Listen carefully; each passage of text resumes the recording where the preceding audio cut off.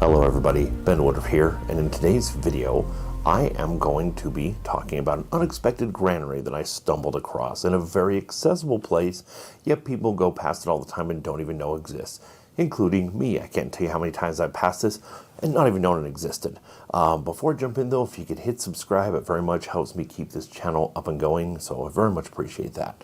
So to jump into this, before I take a drone, we're going to take a drone up to this granary, but let's talk about granaries really quick. I've talked about them in previous videos. Granaries are generally accepted as a place where corn was stored. Now, there's two peoples that I normally teach about in regards to this. The Ancestral Puebloan people, which is a big catch-all phrase, and the Fremont people. They kind of overlapped in time. The Ancestral Puebloans are basically, give or take, 300 BC to about 1300 AD, and the Fremont were from about 180 to about 1300 AD. So there's overlap there. These two peoples are neighbors. They have somewhat similar ways of life, but again, around 300 BC, the Ancestral Puebloans went all in on agriculture, and they started making pueblos.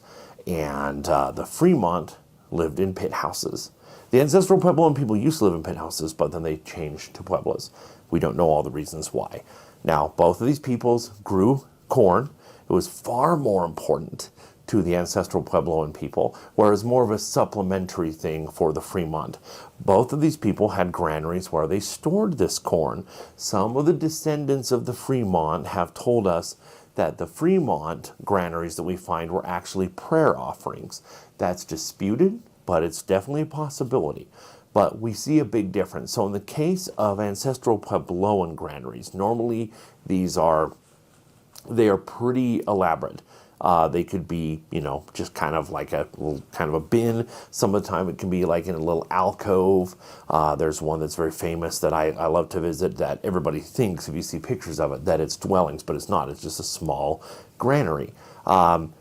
The most elaborate granary I've ever seen in my life I got to visit this year. And that, I won't mention the name of it, but it was 100% intact. It's breathtakingly beautiful. It was 2 rooms divided in the center, and they had doors that would have been plugged up with adobe and a stone in use. And it was just in this alcove, totally freestanding, 100% perfect. It looks like it was brand spanking new. Very elaborate, big enough that you can walk in.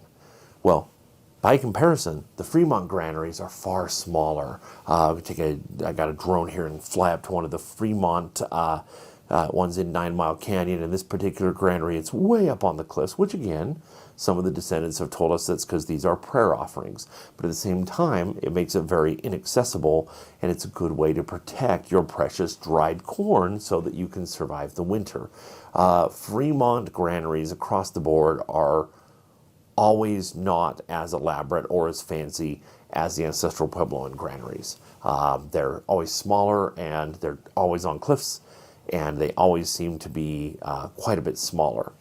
Well, that being said, we know there's a rich history of granaries of storing corn. Well, while I was driving down the freeway, and I looked over, and I'm like, oh, did I just see a granary? And I turn around, pulled over, turned back around, look up and get out my binoculars. Sure enough, there's a granary right next to the freeway. Now, there's no pullover, there's no sign. I'm sure archaeologists are aware of it.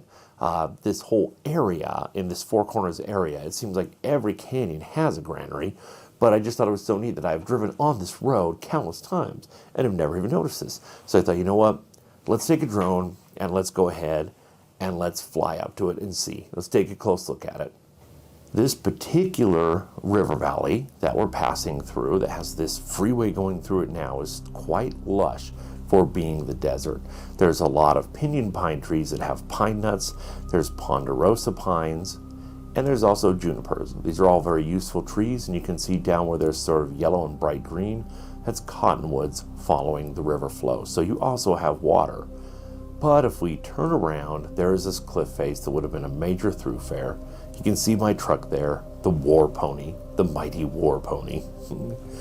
And we're going to go ahead and fly over these cliffs. Now, there's a lot of little caves, and this first one that we're flying to, just pretty much in the center there, you can see that little cave It looks to me through binoculars like there's some adobe. This is not the granary we're going to go see, but I think this is an old granary that has fallen apart, because on the left side of the alcove it does look like there are some little bit of adobe stacked there, and some stones and some masonry. So this is maybe an older one, or one that has not stood the test of time. Now they're dead center.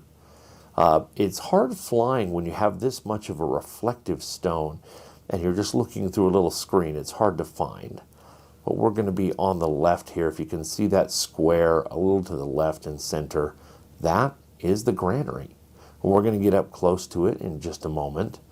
But again, you can see this is fairly protected. This is not an enormous cliff, but still, this would take some thought and planning to be able to access and get into. You can see you could get to it from above or from down below, but it would still require the use of a ladder in some way. All right, so let's go ahead and fly, and we're going to center in here. Now I've got this lined up, and we're going to slowly and carefully fly the drone in. Now, a lot of people have given me a hard time saying that, oh, it's dangerous to fly drones so close to dwellings. The nice thing is these drones have laser sensors, and they will not let you get closer than a certain amount to any object. And so there's no way you could try to fly a drone right into something, and it will not do it, so we're safe. But you look at this, look on the upper right-hand corner. The masonry is very strange up there, so you can clearly see rocks were stacked with adobe clay holding them together, and there is a wooden beam across the top.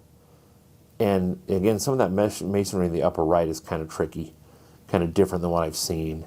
But again, this is just a little stone alcove, and again, to get up into this would not be easy at all. This would definitely take some work. So this isn't a region that it could be Fremont, but I'm pretty convinced that this is an Ancestral Puebloan granary. It's very small.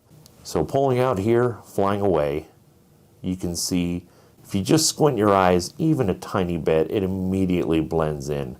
So maybe this was a strategic place to hide grains, or maybe not. Maybe it just happens to blend into the land because that's what it's made out of. But I hope you enjoy this quick little video, just seeing a granary off the side of the road. And always remember that life is a gift. So never stop learning and never stop exploring. We'll see you next time.